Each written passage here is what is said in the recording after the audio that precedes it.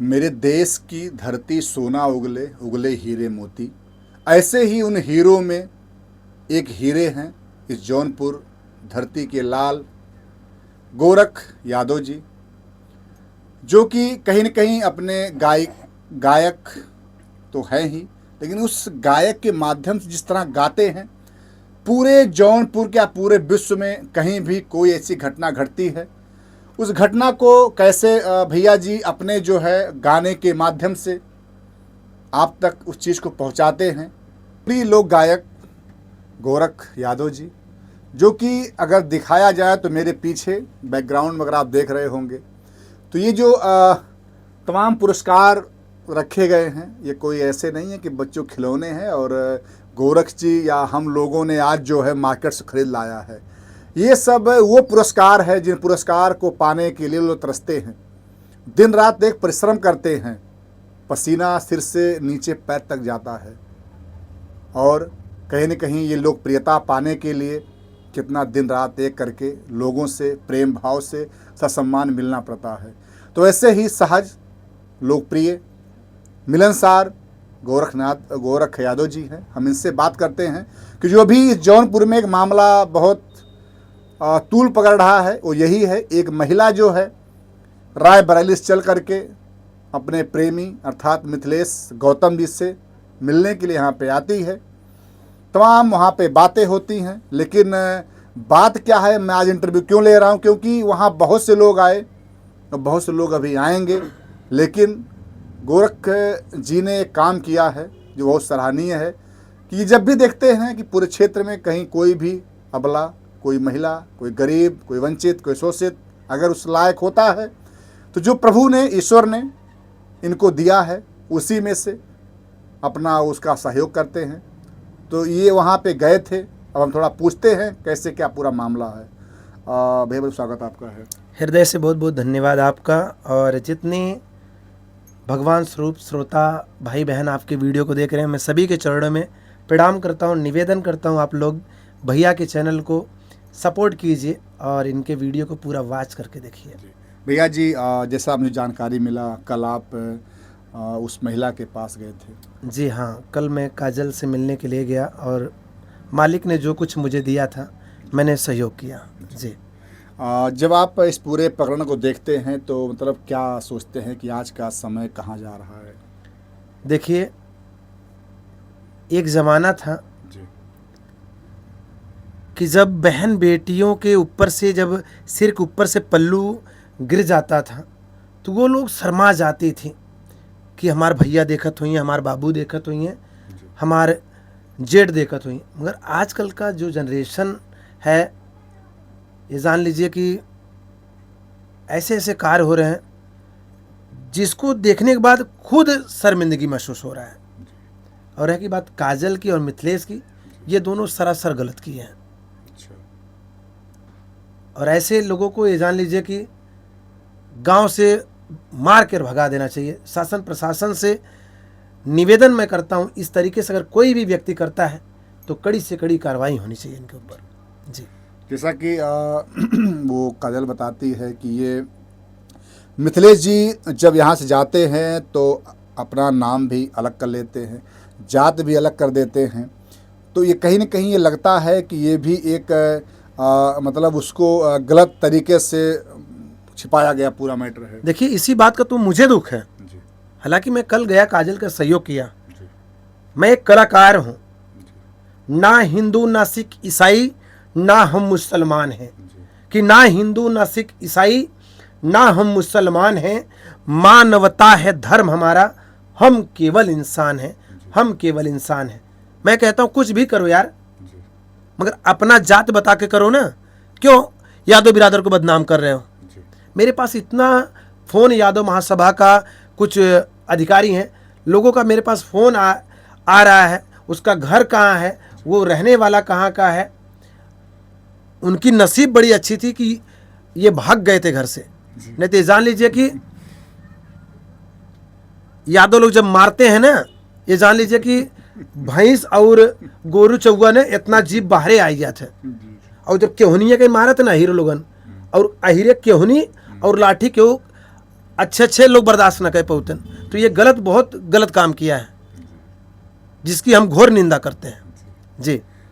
जब हम लोग वहाँ जाते हैं तो आम बातें होती हैं, लेकिन जैसा इसने यहाँ से जा कर के इतना बड़ा गलत काम किया, और महिला भी यहाँ आकर कम से कम 10 से 12 दिन लगातार पूरे समय तांडव मचा दिया इसने पूरे क्षेत्र में। देखिए, जाहिर सी बात है, मज़ा मारने में तो बड़ा अच्छा लगा, मज़ा मारने में बड़ा अच्छा लगा, और ऐसे लोगों को ये जाने चुल्लू भर पानी में डूब के मर जाना चाहिए। उसकी भी शादी हुई है, इसकी भी शादी हुई है, उसके भी पास बाल बच्चे हैं और इसके भी पास बाल बच्चे हैं, और रह गई बात, सबसे बड़ी गलती मिथिलेश ने किया है। पत्नी का नाम है सीता, और उसके साथ ये रावण वाला काम कर दिया। अरे यार, सोचना चाहिए। या तो नाम ही बदल दो उसका। नाम क्या, नाम तो बदल ही उठा एकदम से, पूरा इतिहास में नाम बदनाम हो गया इनका। और रह गई बात, कुछ भी करिए, जितने लोग इस वीडियो को देख रहे हैं, कुछ भी करिए, मगर आप लोग अपने जात को बता के काम करिए। आप लोग खाली बिली का, आप यादव नहीं हो तो यादव बन जा रहे हो, फिर यादव हो तो ब्राह्मण बन जा रहे हो, ब्राह्मण हो तो सिंह बन जा रहे हो, तो ये कहाँ का है। और रह गई बात मिथिलेश, मिथिलेश ने तो बहुत बड़ी गलती किया है, वो अपने आप को बाबा साहब बनने लगा। भाई गौतम है ना, बाबा साहब ने संविधान लिख के चले गए, ये नया संविधान लिखना शुरू कर दिया। अभी इसको पता ही नहीं होगा कि यादव का गोत्र क्या होता है, यादव किसके वंशज हैं। जब हम लोग पूछते हैं कि आपने गलती क्यों किया, आपने संबंध क्यों बनाया, तो उसने कहा एक बार गलती हो गई तो हो गई। अब ये कौन सा क्वेश्चन। अरे क्या 20 चक्कर कोई गलती करता है क्या? लड़का कहां से पैदा हो गया? गलत कदम उठाया तभी तो लड़का पैदा हुआ। स्विमिंग पूल में नहवाने का सपना दिखाया, संगमरमर के पत्थर पे चलने का सपना दिखाया, और इतना ही नहीं, फ्लैट का सपना दिखाया। कल हम लोग गए, पूरा स्विमिंग पूल भी देखे, बाप रे, नकुरा फट जा रहा था। अरे यार, जैसे आप किसी घर की बहन बेटी के साथ में किए हो, उसी तरीके से चाहे अपनी घर की बहन बेटी की या तो किसी की घर की बहन बेटी है, तो बहन बेटी ही है ना। तो मैं यही निवेदन करना चाहता हूं, इस तरीके से जो गलत काम करते हैं, चाहे वो नारी हो चाहे वो कोई भी हो, उनके ऊपर कड़ी से कड़ी सजा होनी चाहिए, और ऐसे लोगों को गांव से भगा देना चाहिए। जैसा कि कल अगर देखा जाए तो भी बात हो रही है कि एक मीटिंग होगा सबके सामने, और ये स्वीकार करें कि हाँ, दोनों पत्नियां हमारी हैं। क्या आपको लगता है, अनुभव क्या बताता है, आप क्या दोनों पत्नी साथ रह पाएंगी?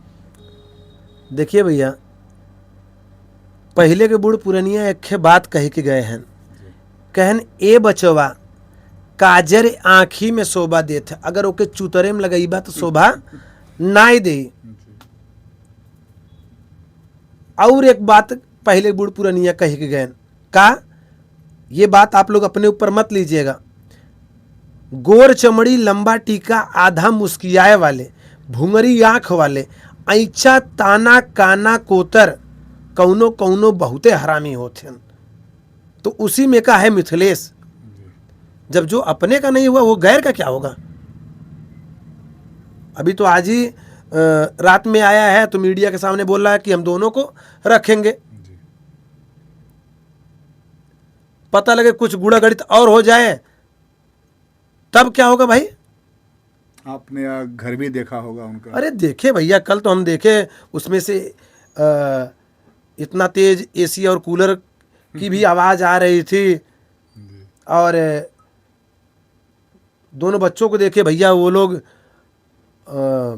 स्मार्ट वॉच की घड़ी लगाए थे, वीआईपी ढंग से मिथिलेश रखा था, और जो मोटर गाड़ियां सब थार फार स्कॉर्पियो वगैरह 5-6 वहीं सब खड़ी थी, सब बसवारी के नीचे। तो भाई इतना सुंदर व्यवस्था, तभी तो वो रायबरेली से यहाँ आ गए। से लगता है कि लोग तो ठीक है, सब लोग भी कह रहे हैं सारी गलती मिथिलेश की है, लेकिन काजल भी तो कहीं ना कहीं दोषी है। जाहिर सी बात भैया, बिना दोनों हाथ की ताली नहीं बजती है। पहले ये किया होगा, ये भी चाहा होगा, वो भी चाहा होगा, तभी तो कुछ हुआ। बिना दोनों के मनोमार्जन से कुछ नहीं हुआ है भैया। दोनों का इसमें वो था, और इधर से भी, घर से भी फ़ोन जाता था, तो वहाँ पे ये जब काजल पूछती थी किसका फ़ोन है, तो ये होता था कि भाभी का फ़ोन है। काजल कितने बार पैसा भी भेजी है, वो तो बताती है। काजल के साथ किस तरीके से फ़ोटो खिंचाए हुए हैं, किस तरीके का क्या सब फोटो है, सब कुछ हम लोगों ने कल देखा। अब एक ही चीज़ है, अब इनको दोनों को रखना पड़ेगा, और दोनों को अच्छी तरीके से रहना पड़ेगा, और दोनों को इनको रखना पड़ेगा, दोनों को देखना पड़ेगा।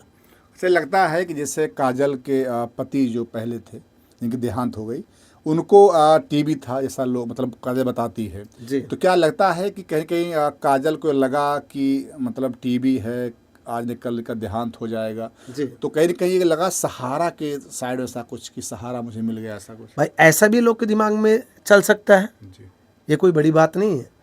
क्योंकि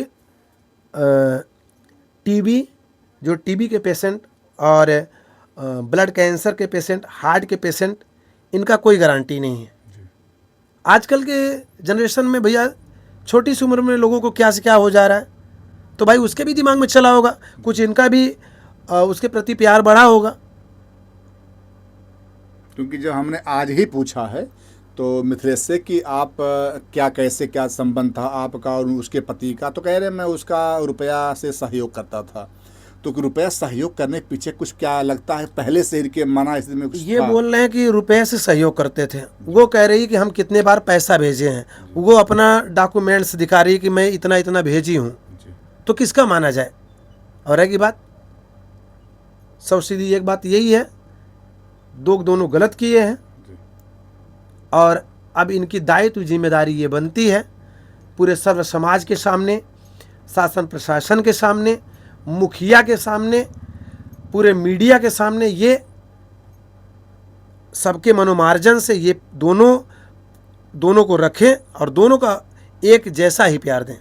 गोरख जी, लास्ट में एक बात तो पूछेंगे, आज कहीं न कहीं जो युवा है, जैसे पहले होता था तो पिताजी का प्रेशर, माताजी का प्रेशर, स्कूल में गुरुजी का प्रेशर, लेकिन आज जो है कहीं न कहीं किसी का प्रेशर नहीं है ना, जैसे लड़की वैसे लड़का, तमाम गलत काम हो रहे हैं। कुछ दिखता है आपको कि मतलब क्या उपाय है इस चीज़ का? देखिए, ये जब से बड़की मोबाइल चल गई बा ना, तब से ये कुछ ज़्यादा होत बा। और एक ही निवेदन है, चाहे वो किसी की घर की बहन बेटियां हों, सभी गार्जियन से निवेदन है, आप लोग एकदम ध्यान से काम करिए, मोबाइल ना दीजिए, और उनके ऊपर हरदम ध्यान गड़ा के रखिए। एक समय वो था भैया कि कोई जब किसी की शादियां पड़ती थी तो लोग बड़े बुजुर्ग जाते थे देखने, और घर आने के बाद या मड़वे में दूल्हा देख पाता था कि चोरी से कि हमार दुल्हन कैसन बा। और आज की जनरेशन ऐसन बा,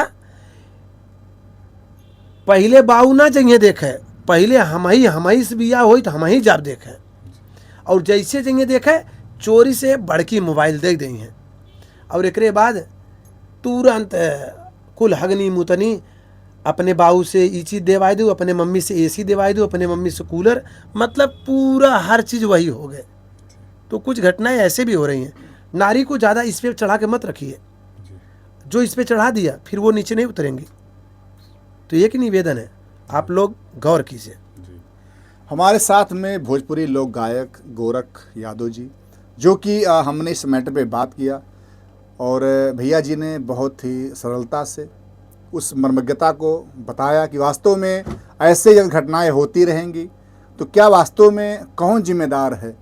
अगर हम ही लोग अगर इस चीज़ को अवॉइड करेंगे तो आने वाली पीढ़ियां यही कहेंगी कि अगर आप लोगों ने ध्यान दिया होता तो ये मामला इतना आगे नहीं बढ़ता। और सत्य बात यही है कि जिस तरह हम लोगों जिस मतलब अवस्था में, जिस बचपन में, जिन युवाओं में रह करके हमने वो शालीनता और देखा अनुशासन आज जो नहीं है, तो कहीं न कहीं जो समाज जा रहा है उसके जिम्मेदार हम ही आप हैं। तो हम ही आप सब मिल करके और प्रयास करें कि जिस तरह से एक महिला वहाँ से आकर के इतना बड़ा मामला होता है। और बात और भी कहूँगा, अगर लास्ट में कि अगर कोई भी अगर अच्छा कार्य किया होता तो इतना ज़्यादा ना तो मीडिया वहाँ आ जाती, ना तो मीडिया मामला चलता, क्योंकि अच्छे कार्य जो होते हैं उसकी मतलब बड़ाई नहीं होती है, बुरे काम बड़ाई जो ज़्यादा होती है। पूरे जौनपुर, पूरे यूपी में मामला ये कि पूरे वर्ल्ड में मामला चल रहा है। हमारा प्रयास कैसा रहा, भैया का इंटरव्यू हमने कैसा लिया, आप कमेंट कीजिएगा। जय हिंद, जय भारत।